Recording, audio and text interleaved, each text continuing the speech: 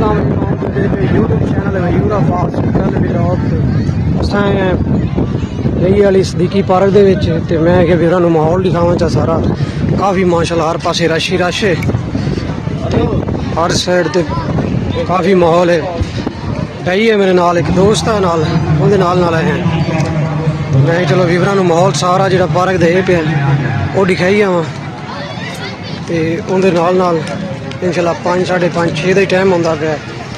बाकी फैमिली माहौल ही है सारा टोटल फिर बाकी उम्मीद करता ठीक ठाक हो सो खैर करिए नाल हो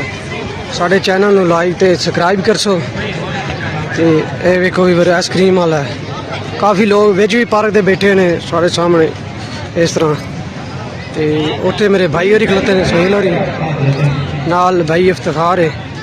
मैं चलो विवरण जिन्ना विजिट हो सी पिया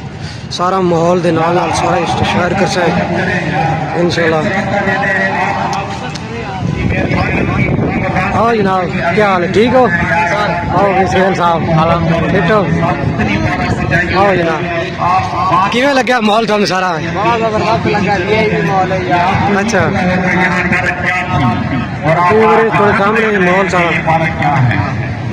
फैमिली है भी सारी ये भाई होरी खलोते हैं इंशाल्लाह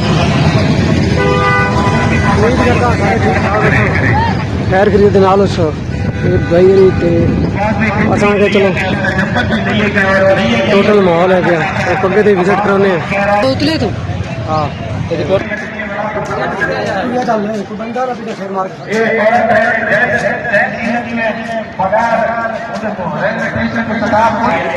भी पर को सैर से माशाल्लाह कितनी खूबसूरती पार्क है ये नाल इस साइड की काफ़ी सारी